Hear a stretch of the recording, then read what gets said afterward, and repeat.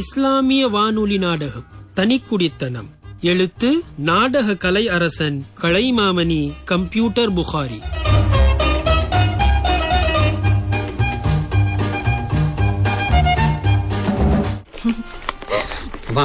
ஏமா அழுவுறீங்க? இதெல்லாம் உங்களுக்கு பழகி போன பயணம் தானே. என்னத்த சொல்ல, அண்ணனும் தம்பியுமா சேர்ந்து ஒரு ஒப்பந்தம் போட்டுக்கிட்டு என்ன ஏண்டா பந்தாடிக்கிட்டு இருக்கீங்க. இன்னும் 1 வருஷமோ 2 வருஷமோ யாராவது ஒருத்தர் வீட்டுல நான் இருந்துடுறேனே. வந்துமா, நீங்க தான் புரிஞ்சு நடந்துக்கணும். அப்படி என்னடா நான் சிரமம் கொடுத்துட்டேன்? வயசான காலத்துல சிங்கப்பூருக்கும் கோலாலம்பருக்குமா என்ன அலக்கழிச்சுக்கிட்டு இருக்கீங்களே. எனக்கு அந்த சிங்கப்பூர் ஒத்துக்கவே மாட்டேங்குது. அதுக்கு மேல 5-6 மணி நேரம் பயணம் முடியலடா. அத்த நான் உன் கூடவே இருந்துட்டேன்டா. உன் பொண்டாடிக்கிட்ட சொல்ல முடியாதா? மா, இந்த ஒரு தவணை மட்டும் போயிட்டு வாங்கம்மா. அடுத்த முறை என் கூடவே வச்சுக்கிறேம்மா. எல்லாருமா சேர்ந்து முடிவு எடுத்துட்டீங்க. நான் சகித்தானே ஆகணும். உங்க 2 பேரையும் விட்டா எனக்கு வேற யாரு இருக்கா? என்னங்க, மாமிக்கு 4 மணிக்கு பஸ் டிபிஎஸ் போகணும். ஆமா, இப்பவே மணி 1:30 பிள்ளைங்கள நான் ஸ்கூல்ல இருந்து கூட்டிட்டு வரணும். சாப்பிட்டு டாக்ஸி பிடிச்சு கூடவே போய் மாமிய பஸ் ஏத்தி விட்டுட்டு வந்துருங்க. மாமி பத்திரமா போயிட்டு வாங்க. ஸ்கூல் விட்டுருப்பாங்க, நேரமாச்சு. நான் வர்றேன். சரிம்மா, நீ பார்த்து போயிட்டு வா. சரி மாமி.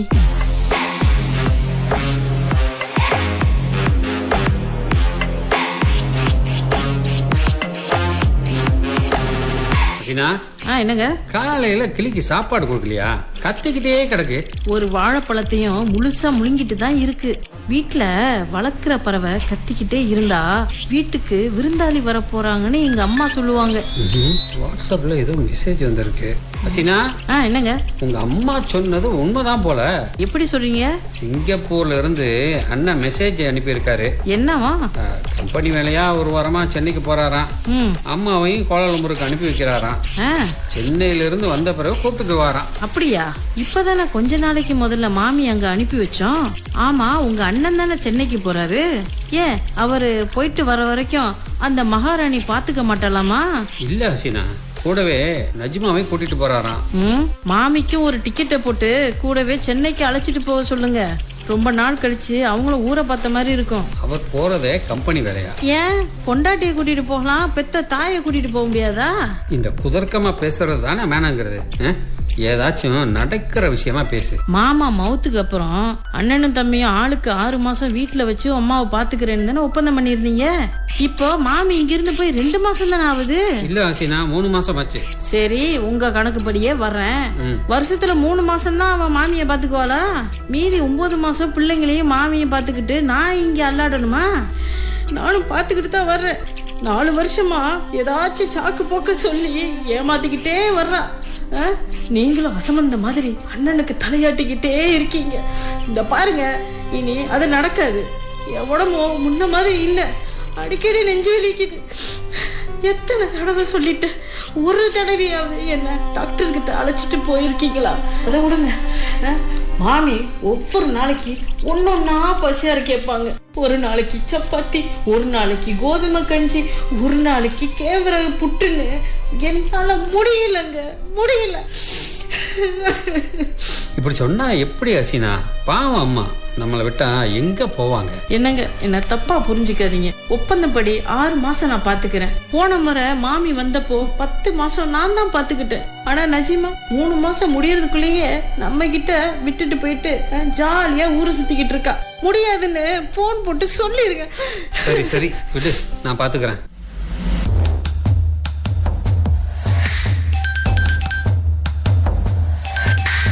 ஹலோ, அஸ்ஸலாமு அலைக்கும். வலைக்கும் சலாம். சொல்லுங்கண்ணே. அம்மாவை எப்ப அனுப்பி வைக்க? எதுக்குண்ணே? ஏய், என்னடா எதுக்குன்னு கேக்குற?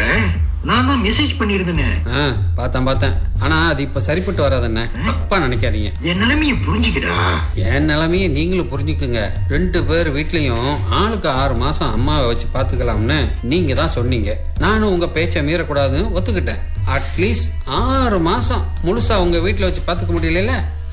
ஒவ்வொரு முறையும் 3 மாசம் முடியவும் ஏதாவது சாக்கு போக்கு சொல்லி என்கிட்ட திருப்பி அனுப்பிச்சிடுறீங்கன்னா எப்படின்னா? சாக்கு போக்கெல்லாம் இல்லடா. என்ன? நீ நம்பலன்னா கம்பெனியோட பயண பட்டியல மெயில் பண்ணட்டுமா? அதெல்லாம் எனக்கு வேணாம். கம்பெனி வேலையா போகும்போது கூடவே நஜ்மா மச்சி எதுக்கு? அவங்கள விட்டுட்டு போனா அம்மாவை அவங்க பாத்துக்க மாட்டாங்களா? டேய், நான் திரும்பி வர 1 மாசம் ஆயிரும்டா. இனிமேல் இப்படி நடக்காது, சரியா? இந்த ஒரு முறை மட்டும் அட்ஜஸ்ட் பண்ணிக்க. என்ன எப்போ அம்மாவை அனுப்பணும்னு சொல்லு. இல்ல இல்ல இல்ல, நானே கூட்டிட்டு வந்து விட்டுட்டுமா? வேணாம், அதுக்கு அவசியம் இல்ல. Hello sir, hello. கட் பண்ணிட்டானா? இந்த விஷயத்த இப்படியே விடக்கூடாது. ஹலீம் மாமா கிட்ட சொல்லியே ஆகணும். அஸ்ஸலாமு அலைக்கும். வலைக்கும் சலாம் மாமா. சொல்லு ஹசன், ரொம்ப நாளைக்கு அப்புறம் ஃபோன் பண்ணியிருக்கிற, என்ன விஷயம்? அது வந்து மாமா, வீட்டுல ஒரு சின்ன பிரச்சனை. நாளைக்கு வீட்டுக்கு வாங்கலேன், நேர்ல சொல்றேன். அப்புறம் மாமா, நான் கூப்பிட்டு வந்ததா ஹசீனாவுக்கு தெரிய வேணாம். சரி ஹசன், நாளைக்கு பார்ப்போம்.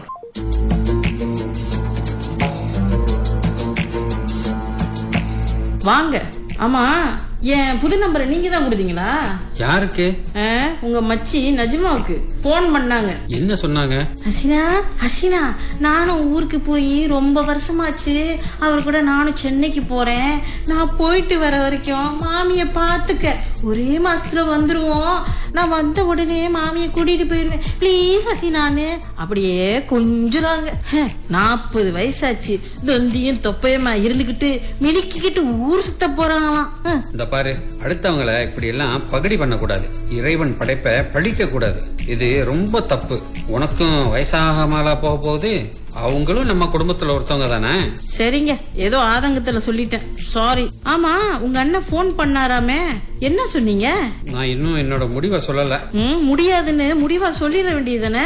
ஹசீனா ப்ளீஸ், அவர் பண்றது தப்பு தான். கொஞ்சம் யோசனை பண்ணி பாரு. என்னையும் அண்ணனையும் விட்டா அம்மா எங்க போவாங்க? வாஸ்தவம் தான். இந்த நினைப்பு உங்களுக்கு மட்டும் தானா, அவருக்கு இல்லையா? இப்படி பண்ணினா என்ன? அம்மாவை பாத்துக்க வேலைக்கு ஒரு ஆள் வச்சுட்டா என்ன? அசட்டுத்தனமா பேசாதீங்க. நம்ம வீட்டு செலவுக்கே நீங்க வாங்குற சம்பளம் பத்த மாட்டேங்குது. அதுக்கு என்ன செலவாகுதோ அண்ணன்கிட்டே கேட்டு அனுப்ப சொல்லலாம். யாரு? உங்க அண்ணன். எச்சி கையால காக்கா விரட்டாத மனுஷன் அவரு. நீங்க கேட்ட உடனே அப்படி அப்படி அள்ளி கொடுத்துட்டு போறாரு. இந்த பாருங்க, முடியவே முடியாதுன்னு சொல்லிருங்க. எப்படி ஹசீனா முடியும்? அப்ப ஒண்ணு பண்ணுங்க, உங்க அம்மா வந்துட்டு போற வரைக்கும் ஒரு ஆளை வேலைக்கு வச்சு நீங்களே பாத்துக்குங்க. நானும் எங்க அம்மா வீட்டுக்கு போயிட்டு வர்றேன். எனக்கும் எங்க அம்மாவை பாத்துக்கிற பொறுப்பு இருக்கு.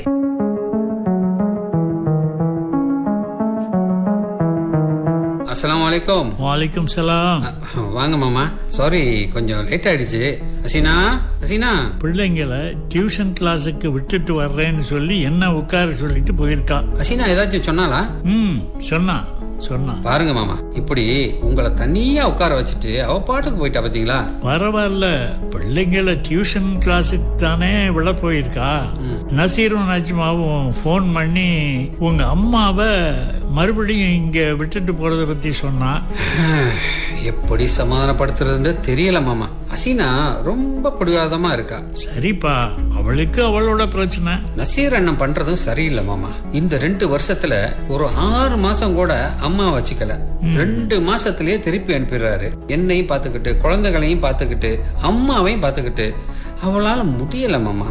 அதனாலதான் மாமா கத்துறா அவ. நம்ம வீட்டுல மட்டும் இந்த பிரச்சனை இல்ல ஹசன். வயசான பெரியவங்களை பாத்துக்க இப்ப உள்ள பிள்ளைங்க யாருமே முன் வர்றதில்ல. தாயின் காலடியில தான் சொர்க்கம்னு முஹம்மது நபி ஸல்லல்லாஹு அலைஹி வஸல்லம் சொன்னதை இப்ப உள்ள தலைமுறைங்க மறந்து வாழ்றாங்க. பெற்றோர்களை பாதுகாத்து அவங்களுக்கு பணிவிடை செய்துக்கிற பாக்கியம் இருக்க, அது எல்லாருக்குமா கிடைக்குது? நமக்கு அம்மாவா இருந்தாலும் வீட்டுக்கு வாழ வர்ற பொண்ணுங்களுக்கு மாமியார் ஆயிடுறாங்களே, அங்கதான மாமா பிரச்சனையே ஆரம்பிக்குது. எங்க காலத்துல எல்லாம் சகிச்சு போவாங்க. இப்போ அதையெல்லாம் எதிர்பார்க்க முடியாதுதான். உங்க பிரச்சனைக்கு கூடிய சீக்கிரமே ஒரு முடிவு கிடைச்சிடும். எப்படி மாமா? இல்ல, உங்க அம்மா தனியா இருக்கலாம்னு முடிவு செய்யலாம். என்ன மாமா சொல்றீங்க? இந்த நகரத்துக்கு ஒதுக்குப்புறமா ஒரு அபார்ட்மெண்ட்ல ஒரு வீடு, கூடவே இருந்து பாத்துக்கிறதுக்கு ஒரு வேலையாள். அப்புறம் என்ன, உங்க அம்மா எந்த பிரச்சனையும் இல்லாம இருக்கலாமே. உண்மையிலே பார்க்க போனா உங்க அம்மா அப்படித்தான் முடிவு எடுக்கலாம்னு நான் நினைக்கிறேன். அதுக்கெல்லாம் என்ன செலவாகும் தெரியுமா மாமா? ஏதாவது நடக்கிற கதையா சொல்லுங்க மாமா. மாசம் ஒரு 4000 வெள்ளி செலவு பண்ணா இப்போ அவங்களால முடியும். எப்படி மாமா? உங்க அம்மாவோட தாத்தா ஹாலித் மரைக்காயருக்கு ஒரு சொத்து பினாங்கில டவுன்ல இருந்தது. அப்படியா? 25 வருஷமா வேறொரு குடும்பம் அங்க இருந்துகிட்டு அந்த ஆக்கிரமிப்பு செஞ்சுக்கிட்டு இருந்துச்சு. ரொம்ப நாள் நிலுவையில இருந்த கேஸ் இப்போ ஹாலித் மரைக்காருக்கு பிறகு இந்த சொத்து அவரோட வாரிசுகளுக்கு சொந்தம்னு உச்ச நீதிமன்றம் தீர்ப்பு கொடுத்திருக்கு. ஓஹோ. ஹாலித் மரைக்கார் 1960 காலமானாரு. அப்போ நானே ஒரு சின்ன பையன். அப்படியா? இப்படி ஒரு கேஸ் நடந்தது எங்களுக்கு தெரியவே தெரியாது மாமா. நம்ம வக்கீல் ஹுசேன் பாய் இருக்காருல்ல, ஆமா, அவர் தான் இந்த கேஸ நடத்தி ஜெயிச்சிருக்காரு. இப்ப உங்க அம்மாவுக்கு 12 லட்சம், அதாவது 1.2 மில்லியன் கிடைக்கும். உங்களுக்கு மாமா? நான் ஒண்ணு விட்ட சகோதரன் தானே, எனக்கு ஒரு 5-6 லட்சம் வெள்ளி கிடைக்கலாம். மாமா, இந்த விஷயம் நசீர் நஜிமா மச்சிக்கு தெரியுமா? வக்கீல் ஹுசேன் பாய் சொல்லியும் இருக்கலாம், சொல்லாமலும் இருக்கலாம். ஓஹோ. அஸ்ஸலாமு அலைக்கும் மாமா. வலைக்கும் சலாம். தப்பா எடுத்துக்க வேணாம், போன இடத்துல கொஞ்சம் லேட் ஆயிருச்சு. அதனால என்னம்மா, ஒண்ணுமில்ல. அப்ப நான் போயிட்டு வரட்டா? மாமா, இன்னொரு கப் காஃபி? வேணாமா, அப்புறம் சுகர் ஏறிடும்.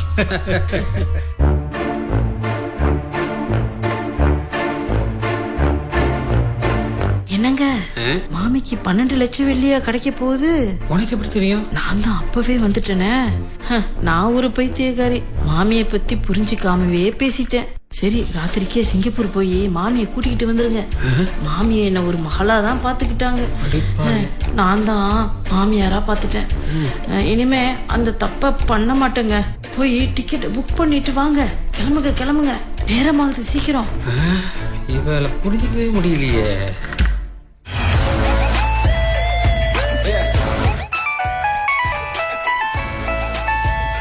ஹலோ, யாரு? நசீர் பேசுறேம்மா. சொல்லுங்க மச்சான். அசன் போன் கிடைக்கல. அசன் வீட்டுல இருக்கானா? போன் அசன் கிட்ட கொடுமா. மாமிய கூட்டிக்கிட்டு வர சிங்கப்பூருக்கு டிக்கெட் புக் பண்ண போயிருக்காரு. அதுக்கு அவசியம் இல்லைன்னு சொல்லிடுமா. நாங்க போற இருந்த சென்னை பயணம் கேன்சல் ஆயிடுச்சு. ஏன் மச்சான்? அது அசன் வந்ததும் சொல்றேன். அசன் வந்ததும் போன் பண்ண சொல்ல, எனக்கு நான் பேசிக்கிறேன். சரி, என்னடா அது விஷயம் சிங்கப்பூர் வரைக்கும் போயிருச்சோ?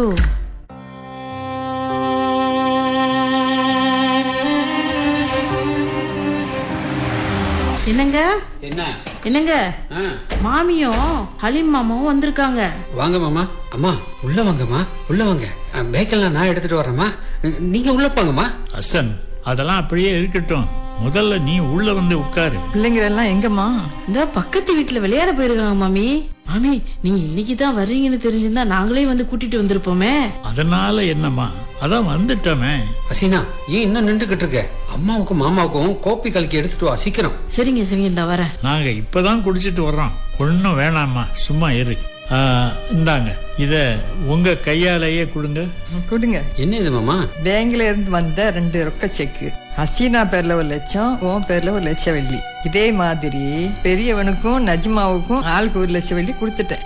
அந்த வரிய வக்கீல் பீஸ் எல்லாம் போக மீதி 6 லட்சம் டெபாசிட்ல போட்டு வச்சிருக்கேன். என் கண்ணுக்கு பிறகு அண்ணன் தம்பி உங்க 2 பேருக்கு தானே. ஆமா, இதெல்லாம் எதுக்குமா பிரிச்சீங்க? அம்மா தனி கொடுத்தன போறேன். பிள்ளைங்களை வச்சுக்கிட்டு ஹசீனாவும் சிரமப்படுறான். அங்க நசீரும் நஜ்மாவும் வேலை வேலைன்னு பணத்தை தேடி ஓடிக்கிட்டு இருக்காங்க. உங்களுக்கு எல்லாம் கஷ்டம் கொடுக்க கூடாதுன்னு தான் நானே தனி கொடுத்தன போக முடிவு பண்ணிட்டேன். எதுக்கு மாமி தனி கொடுத்தனும்? எங்க கூடவே இருந்துக்குங்களா மாமி. நீ ஒன்னும் வருத்தப்படாதம்மா, என் வீட்டு பக்கத்திலேயே ஒரு போர்ஷன்ல தான் அம்மாவுக்கு வீடு பார்த்துருக்கு. பாத்துக்கிறதுக்கு ஒரு வேலையாளும் ஏற்பாடு பண்ணியாச்சு. கூட மாட உதவிக்கு நம்ம கதீஜா மாமி இருக்காங்க. என்ன பயம் இருக்கு? ஒண்ணும் இல்ல, நல்லா இருக்கலாம். அப்படியா? குடி போனதும் பிள்ளைங்களை அழைச்சிக்கிட்டு வந்து போய்கிட்டு இருமா, நாங்க கிளம்புறோம். சரி மாமி. சரிம்மா.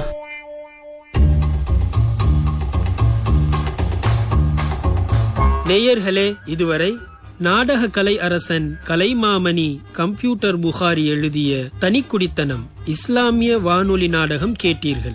இந்நாடகத்தில் ஹாஜா ஜைத்தூன், ஹசன் கனி, சையத் நசீர், அப்துல் கனி மற்றும் ரஷீதா பேகம் ஆகியோர் பங்கேற்றனர். தயாரிப்பு அப்துல் கனி, #பெர்ஞாரான் ஜாக்கிம்.